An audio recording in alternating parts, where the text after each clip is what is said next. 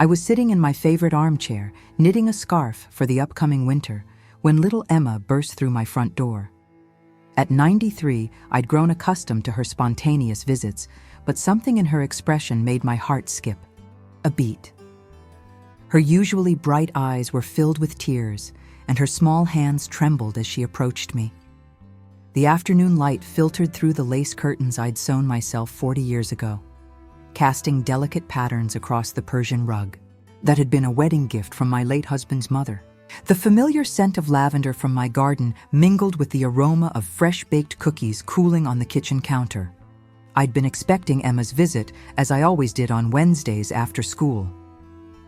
"Auntie, my parents are sending you to a nursing home today," she whispered urgently, glancing toward the door as if expecting someone to follow her. The knitting needles slipped from my fingers, clattering onto the hardwood floor of my Chicago brownstone. I'd lived in this house for 67 years, raised 4 children here, buried my husband from this very living room. The walls held memories of birthday parties, Christmas mornings, and quiet evenings reading bedtime stories to grandchildren, who had now grown into adults with families of their own. Every room in this house told a story. The kitchen where I'd taught my daughter Sarah how to make her grandmother's apple pie recipe. The dining room where we'd hosted Thanksgiving dinners for 30-plus relatives, the long mahogany table groaning under the weight of turkey, stuffing, and love. The back porch where my husband Tom had proposed on a summer evening in 1952, fireflies dancing around us like tiny stars. "What did you say, sweetheart?" I managed to ask, though I'd heard her perfectly clearly. Emma climbed onto the arm of my chair, her voice barely above a whisper. "I heard Mom and Dad talking last night. They said you're getting too old to live alone, and they found a place called Sunset Manor. They're coming at 3 o'clock with papers for you to sign." My mind raced. Sunset Manor. I'd heard terrible things about that place from my neighbor Mrs. Henderson before she passed. Overcrowded rooms, neglectful staff, and families who dumped their elderly relatives there and forgot about them. She described the smell of disinfectant that couldn't quite mask other odors, the sound of residents calling for help that went unanswered, the way families visited less and less until they stopped coming altogether. The thought of leaving my independence, my garden where I still grew prize-winning tomatoes, my morning routine of coffee on the front porch while watching the neighborhood wake up, filled me with a terror I hadn't felt since my husband's diagnosis 40 years ago. This wasn't just about moving.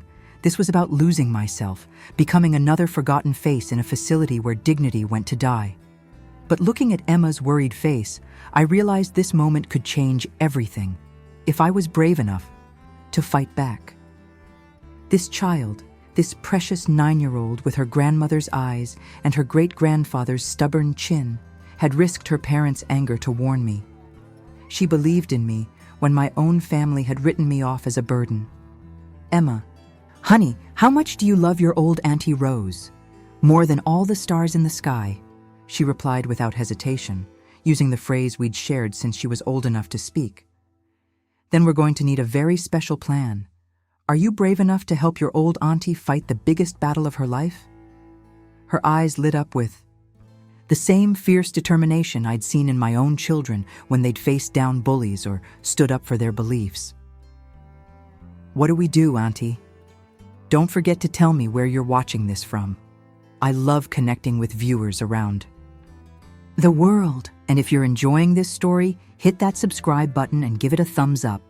Emma's eyes widened with curiosity as I slowly stood up from my chair. My arthritis protested, but determination gave me strength I hadn't felt in years.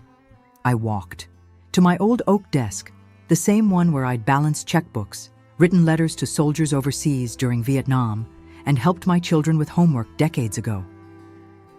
The desk had been Tom's grandfather's, brought over from Ireland in 1889 when the family fled poverty and sought the American dream. Its scarred surface bore witness to generations of important moments: birth certificates, marriage licenses, mortgage papers, and now, perhaps, the documents that would determine whether I'd live out my days with dignity or die forgotten inside. An institution. First, we need to understand exactly what's happening, I told Emma, pulling out a yellow legal pad. Tell me everything you remember from their conversation. Emma scrunched her face in concentration, the same expression she wore when working on difficult math problems.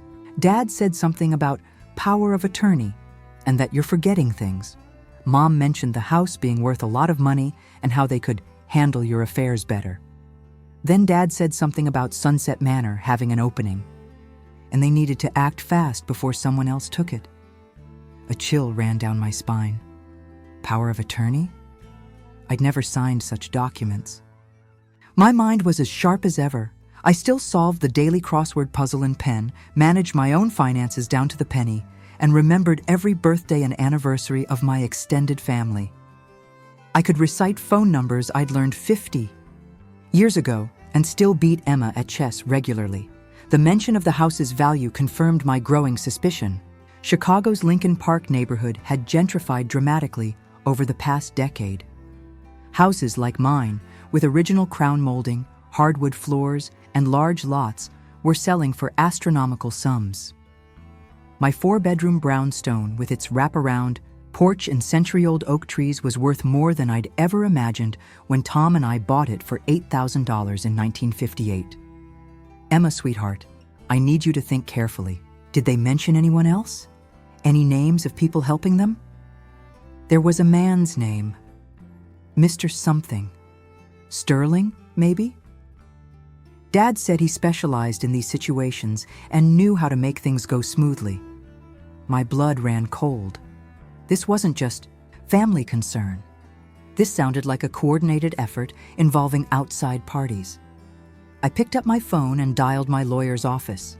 Margaret Chen had been handling my legal affairs for 15 years, ever since she'd helped me navigate the probate process when Tom died. She was sharp as a tack and had never steered me wrong. Margaret, it's Rose Patterson. I need your help immediately, I said when she answered. My family is trying to force me into a nursing home, and I think there might be fraud involved. After explaining the situation in detail, Margaret's voice grew serious. Rose, this sounds like a classic elder abuse scheme. Don't sign anything. Don't let anyone pressure you, and don't be alone with them. I'm canceling my afternoon appointments. Can you meet me at my office in an hour? Emma, sweetheart, we're going on a little adventure, I said, grabbing my purse and the spare car keys I kept hidden in my jewelry box. Your parents think I'm a helpless old woman who can't think for herself. They're about to discover how wrong they are. I pulled out my smartphone. Yes, I had one, despite my family's assumptions about my technological capabilities, and began taking photos of important documents. My bank statements, insurance policies, medical records, and the deed to my house all went into a folder I'd created months ago when I'd started sensing something wasn't right about David's sudden increased interest in my well-being. As we stepped into the crisp October air, I felt more alive than I had in months. The maple trees lining my street blazed with autumn colors, and for the first time in weeks, I noticed their beauty instead of worrying about fallen leaves I'd need to rake. Mrs. Murphy from next door waved from her garden, and I waved back with more enthusiasm than I'd shown in ages. But as we reached my car, a 2018 Honda Accord I'd purchased myself and maintained meticulously, I saw a black sedan pulling up across the street. 2 people got out, my nephew David and his wife Linda. They were 3 hours early, and they weren't alone. A stern-looking man in a gray suit accompanied them, carrying a leather briefcase that screamed, "Official business." Emma gripped my hand tighter. "Auntie, what do we do now?" I squeezed her small hand and stood straighter. "We face them head-on, sweetheart. Sometimes the best defense is a good offense." "Stay calm, Emma," I whispered, my heart pounding as David, Linda, and the stranger approached. I straightened my shoulders, channeling the strength I'd found as a young widow, raising 4 children alone on a secretary's salary. Remember, knowledge is power, and we're about to learn exactly what they're up to. David's face showed surprise when he saw us by the car. At 55, He still looked like the little boy I'd babysat when his mother, my sister Carol, worked double shifts at the hospital. But there was something different about him now, a hardness around his eyes that reminded me uncomfortably of his father, who'd abandoned the family when David was 12. "Aunt Rose, what are you doing out here? We came to talk to you about some important matters." "I'm sure you did," I replied evenly, noting how he avoided eye contact. "And who might this gentleman be?" The man in the gray suit stepped forward with a practiced smile that didn't reach his eyes. His teeth were too white, his handshake too firm, his cologne too strong. Everything about him screamed used car salesman or worse. "Mrs. Patterson, I'm Robert Sterling from Elder Care Solutions. Your family has expressed concerns about your living situation, and we're here to help transition you to a safer environment. Without consulting me first?" I kept my voice steady, though inside I was furious. How thoughtful of you all to make decisions about my life behind my back. Linda shifted uncomfortably, her designer handbag clutched tightly to her chest. She'd always been the follower in her marriage, but I'd never seen her look quite this nervous. "Rose, we've noticed you're having some difficulties. Last week you forgot about our lunch appointment, and Mrs. Murphy next door said she found you in your garden at midnight." "I wasn't found anywhere," I snapped. "I was picking tomatoes by moonlight because I couldn't sleep and didn't want to. Waste the time lying in bed worrying about things I couldn't control. Since when is insomnia a crime punishable by imprisonment?" Emma squeezed my hand, giving me courage to continue. The child's presence reminded me that I wasn't just fighting for myself. I was fighting to show her that age doesn't mean powerlessness, that being elderly doesn't mean being helpless. "And as for our lunch appointment, Linda, I have it marked in my calendar for next Tuesday, not last Tuesday. Perhaps you should check your own memory." I pulled out my smartphone and showed her my calendar app, where the appointment was clearly marked. "I may be 93, but I'm not senile." Mr. Sterling opened his briefcase with theatrical precision, revealing official-looking documents with lots of fine print and signature lines. "Mrs. Patterson, your family has your best interests at heart. Sunset Manor is a beautiful facility with 24-hour care, activities, nutritious meals, and a caring staff dedicated to making your golden years comfortable and secure." "And a 40% mortality rate in the first year," I interrupted. "Yes, I've done my research, Mr. Sterling. I've also looked into your company's track record, and I've discovered some very interesting information about your licensing status in this state." David's face reddened, and a vein in his temple began to pulse, the same tell he'd had as a child when he was caught in a lie. "Aunt Rose, you're being unreasonable. The house is too big for you. The maintenance is expensive. The property. Taxes are going up, and it's worth $1.2 million in today's market," I finished. "Which I'm sure has nothing to do with your sudden concern for my welfare. Tell me, David, what happens to this house after I'm safely tucked away in Sunset Manor? Do you plan to sell it and use the proceeds for my care, or do you have other plans for my assets?" The shocked silence that followed was broken by the sound of another car pulling up. Margaret Chen stepped out of her sleek black BMW, her briefcase in hand and fire in her eyes. At 45, she was everything I'd once been: sharp, determined, and absolutely fearless when it came to protecting her clients. "Good afternoon, everyone," she announced, her voice carrying the authority of someone who'd won countless courtroom battles against much more formidable opponents than these three. "I believe we need to have a serious conversation about elder abuse, fraud, and the federal crimes that may have already been committed here." Mr. Sterling's briefcase snapped shut so quickly it sounded like a gunshot. "Now see here, counselor, this is a private family matter." "Nothing about this is private anymore, Mr. Sterling. And based on what Mrs. Patterson has told me, nothing about this is legitimate either." Margaret Chen's arrival changed the entire atmosphere like a sudden thunderstorm, clearing oppressive humidity from the air. Mr. Sterling's confident demeanor cracked, revealing the nervous energy of a man who knew he'd been caught. David's face went pale, the color draining away until he looked like a ghost of the nephew I'd once loved unconditionally. Linda took a step backward, her expensive heels clicking against the concrete, and I noticed her hands were shaking. Emma pressed closer to my side, and I felt a surge of gratitude for this brilliant lawyer who'd become more than just my attorney over the years. She'd become a trusted friend, a fierce advocate, and the daughter I'd never had in professional life.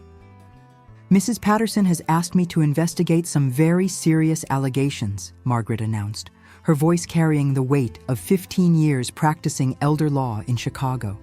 She'd built her reputation defending seniors against exactly this kind of predatory behavior. Mr. Sterling, I'll need to see your credentials and any documentation you have regarding this case. Sterling fumbled with his briefcase, his previous smooth confidence replaced by the nervous energy of a cornered animal. This is a family matter, counselor. I don't see why outside parties need to be involved. Mrs. Patterson's family is simply trying to ensure her safety and well-being. Because attempting to coerce a competent adult into signing legal documents under false pretenses is a felony, Margaret replied sharply, pulling out her own tablet and beginning to take notes. And because Elder Care Solutions lost its license in Illinois 2 months ago for insurance fraud, Medicare billing irregularities, and patient neglect violations. The blood drained from David's face completely now. He looked like he might faint right there on my driveway. We didn't know that. He came recommended by a friend who said he'd helped with similar situations. We thought he was legitimate by someone who's currently under federal investigation for running a multi-state elder abuse ring, Margaret continued, her fingers flying across her tablet screen. Mrs. Patterson, would you like to tell them what we discovered during our phone conversation and preliminary investigation? I looked at my nephew, really looked at him, perhaps for the first time in years. This was the boy I'd helped raise after his father abandoned the family, leaving my sister Carol to work 2 jobs just to keep food on the table. I'd been the one who taught him to ride a bicycle, helped him with algebra homework, and loaned him the down payment for his first house. I'd trusted him with my deepest secrets, my financial information, and my emergency contacts. David, I had. Margaret ran a complete check on my financial records this afternoon. Someone has been accessing my accounts, making small withdrawals over the past 6 months. The amounts were carefully calculated to stay under the reporting thresholds that would trigger bank notifications. I paused, watching his face crumble. The bank's security cameras show it was you, using the debit card I gave you for emergencies only. Linda grabbed David's arm, her facade finally cracking completely. You said she gave you permission. You said she was getting confused about money and asked you to help manage her accounts. You promised me this was all legitimate. I was handling some bills for her, David stammered, but his voice lacked conviction. She was having trouble remembering due dates, and I was just trying to help organize her finances. The withdrawals were for household expenses and maintenance. I never asked you to help with anything, I said, my voice growing stronger with each word. I pulled out my smartphone and showed them my banking app. And I certainly never gave you permission to steal $23,000 from my savings account. Money that was earmarked for Emma's college fund, by the way. Emma gasped, looking up at me with wide eyes. Auntie, what does this mean? Why would Uncle David take your money? Before I could answer Emma's heartbreaking question, Margaret opened her briefcase and pulled out several documents, her movements precise and purposeful. It means your great aunt has been the victim of systematic financial elder abuse, Emma. But it also means we have enough evidence to press criminal charges and ensure this never happens to her or anyone else again. Mr. Sterling was already backing toward his car, his expensive shoes slipping slightly on the autumn leaves scattered across my driveway. I had no knowledge of any financial irregularities. I was simply hired to facilitate a family's legitimate concerns about elderly care. This is clearly a misunderstanding. To fraudulently commit an elderly woman to a substandard facility so her family could steal her assets, Margaret finished, her voice cutting through his excuses like a blade. Don't leave town, Mr. Sterling. The FBI's Elder Fraud Unit will want to speak with you about your involvement in what appears to be a multi-state criminal enterprise. The weight of those words settled over us like a heavy blanket. FBI, criminal, enterprise. These weren't just family problems anymore. This was serious federal crime territory. I watched as the reality dawned on David's face, the same expression he'd worn as a 10-year-old when he'd been caught stealing candy from the corner store. Linda began crying, not the delicate tears of a woman trying to manipulate a situation, but the ugly, choking sobs of someone whose world was collapsing. David, you promised me this was legal. You said Rose had early dementia and couldn't manage her affairs anymore. You showed me her bank statements with the missed payments. What? Missed payments? I demanded, my voice sharp enough to cut through her hysteria. I haven't missed a payment on anything in 40 years. My mortgage has been paid off since 1987. My utilities are on autopay and my property taxes are current. Margaret was typing, furiously on her tablet, cross-referencing information in real time. Mrs. Patterson, it appears David created false financial documents showing missed payments and overdraft fees.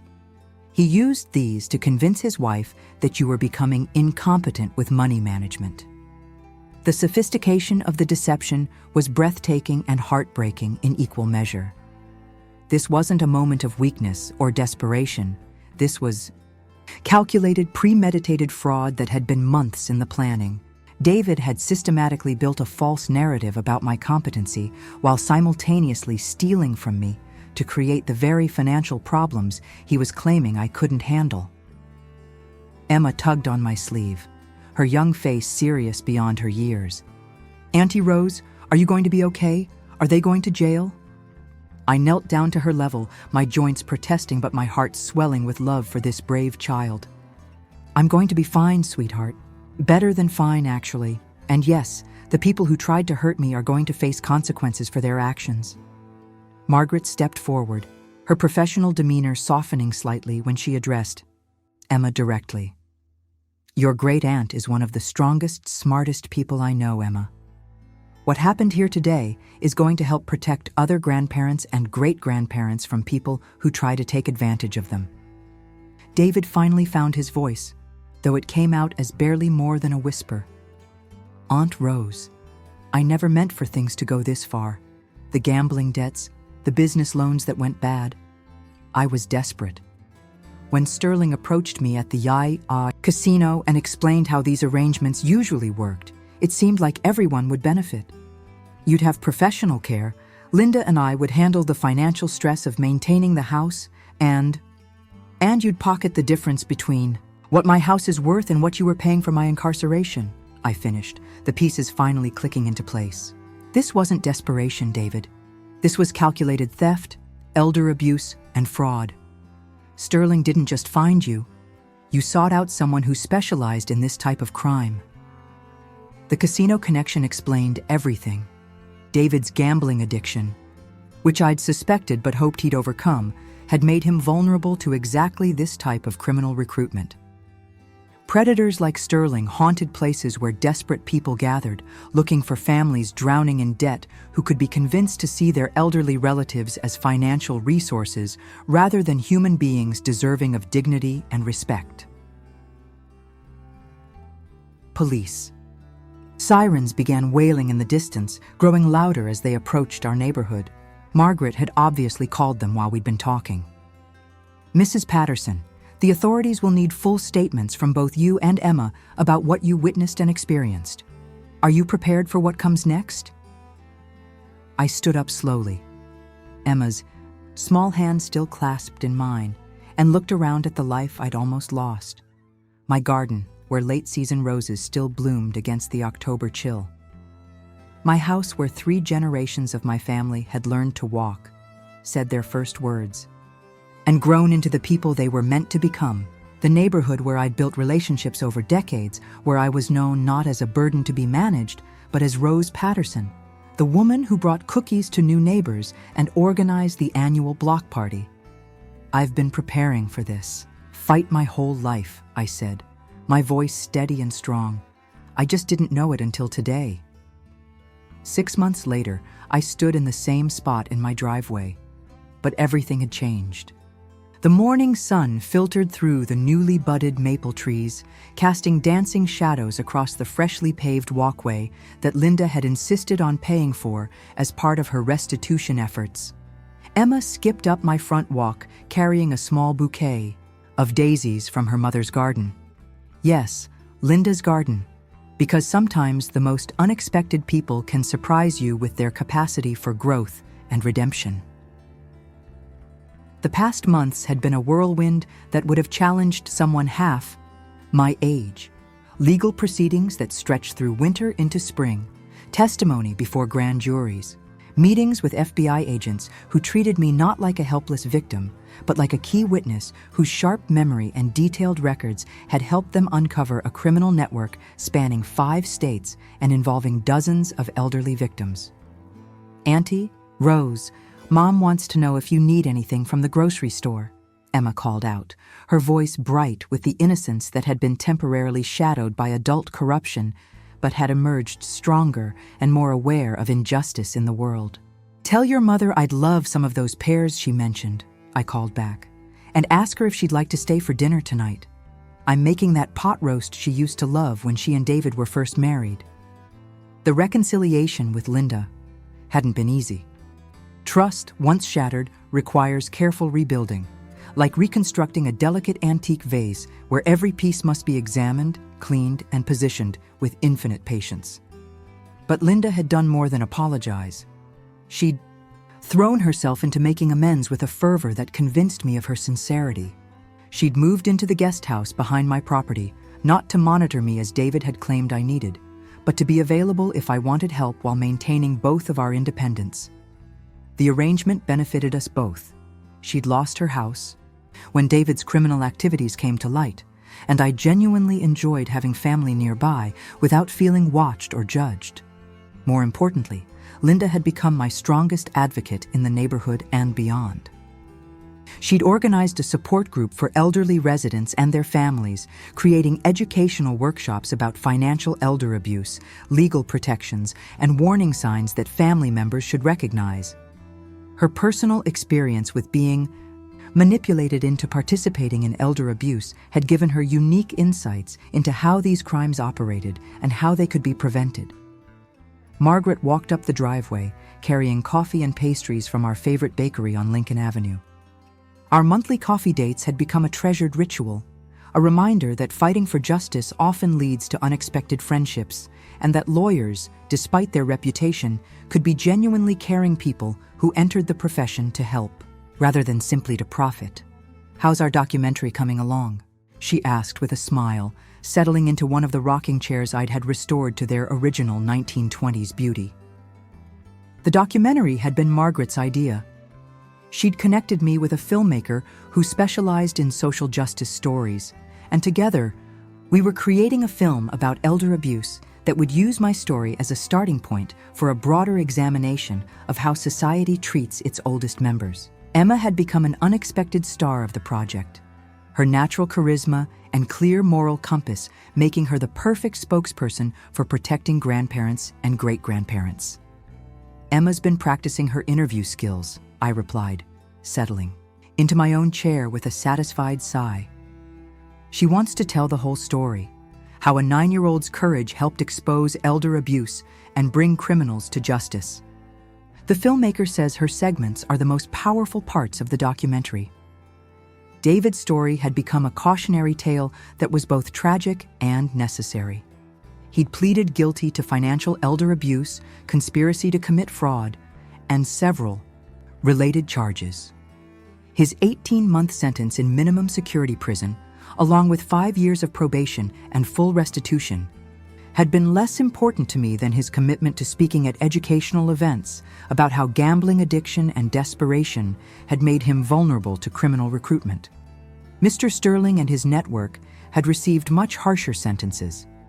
The FBI had discovered that Elder Care Solutions was just one front for a sophisticated criminal enterprise that had targeted elderly victims across multiple states, stealing an estimated $2.3 million from families like mine. Sterling himself was facing 15 years in federal prison, and the case had led to new federal legislation strengthening penalties for elder abuse crimes. But the most meaningful change had been in my own family and community.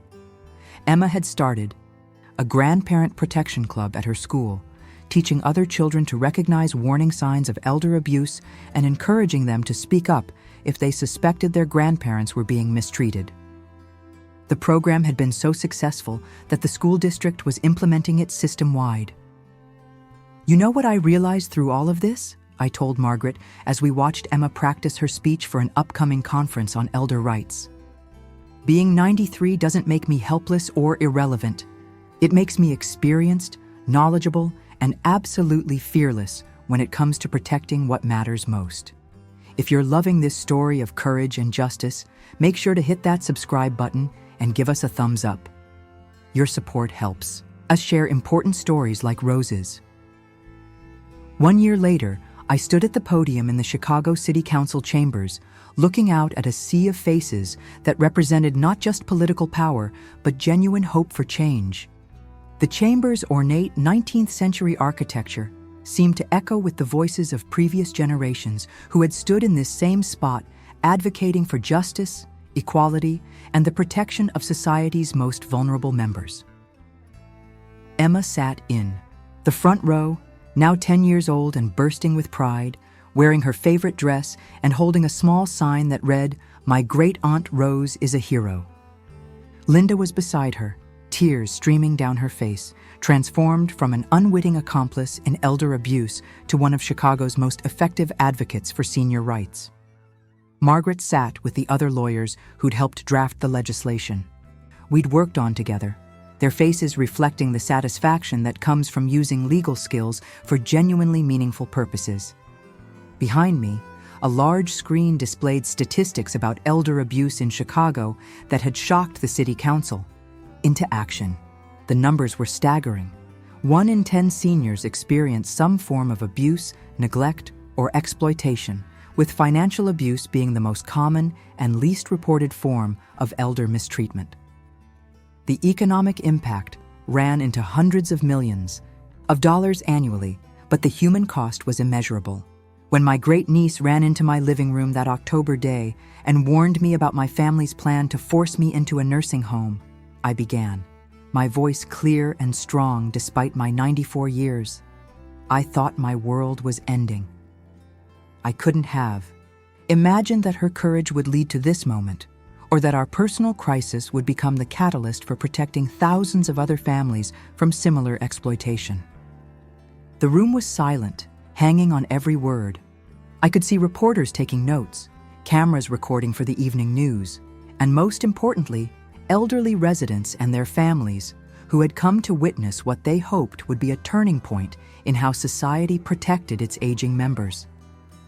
"The Rose Patterson Elder Protection Act," I continued, gesturing toward the legislation that bore my name, something I'd never expected or sought, "isn't just about preventing financial abuse. It's about recognizing that age doesn't diminish our right to dignity, autonomy, and justice. It's about creating systems that protect our most vulnerable residents while empowering them to maintain their independence for as long as possible." The legislation we'd championed was comprehensive and groundbreaking. It required background checks and licensing for all elder care advisors, established mandatory waiting periods before major living situation changes could be implemented, created a state-funded hotline for reporting suspected abuse, and most importantly, provided funding for legal advocacy services for elderly residents who couldn't afford attorneys. But the law went further than just reactive measures. It mandated educational programs in schools, teaching children to recognize signs of elder abuse and encouraging them to report concerns. It required financial institutions to implement additional safeguards when elderly customers made large withdrawals or changes to their accounts. And it established severe criminal penalties for anyone who exploited their position of trust to harm elderly family members or clients. As I finished my speech, the council chamber erupted in applause that seemed to go on forever. Emma jumped to her feet clapping enthusiastically, and I saw tears streaming down Linda's face. Even David, who'd completed his sentence and was working to rebuild his life through community service with elderly residents, watched from the back of the room. Our relationship remained complicated, marked by forgiveness rather than forgetfulness, but it was slowly healing through his genuine commitment to preventing others from making his mistakes. After the ceremony, Emma and I walked through Millennium Park, sharing ice cream cones despite the cool November air. The city sparkled around us, and I felt more connected to Chicago than I had in years. This wasn't just my hometown anymore. It was a place where I'd made a difference, where my voice had been heard, and where my experience had been valued rather than dismissed. "Auntie Rose, what's our next adventure going to be?" Emma asked, chocolate chip ice cream dotting her smile that was so much like her great-grandfather Tom's that it took my breath away. I looked at this remarkable child who'd changed the course of my life with a whispered warning, and I felt the same excitement I'd felt that day when we'd first decided to fight back against injustice. Emma was growing up in a world where being old didn't automatically mean being powerless, where families were educated about protecting their elderly members, and where speaking up about abuse was seen as heroic rather than troublesome. "Whatever it is, sweetheart, I know it's going to be amazing, and I know we'll face it together, just like we always have." The future stretched ahead of us, full of possibilities I was still discovering at 94. There were more speeches to give, more families to help, more systems to improve. Age, I'd learned, wasn't about limitations. It was about accumulated wisdom, hard-won experience, and the freedom that comes from having nothing left to lose and everything meaningful left to protect. Thank you so much for following Rose and Emma's incredible journey. If this story moved you, please subscribe and share it with others. Everyone deserves to know that it's never too late to stand up for justice. What story should we tell next?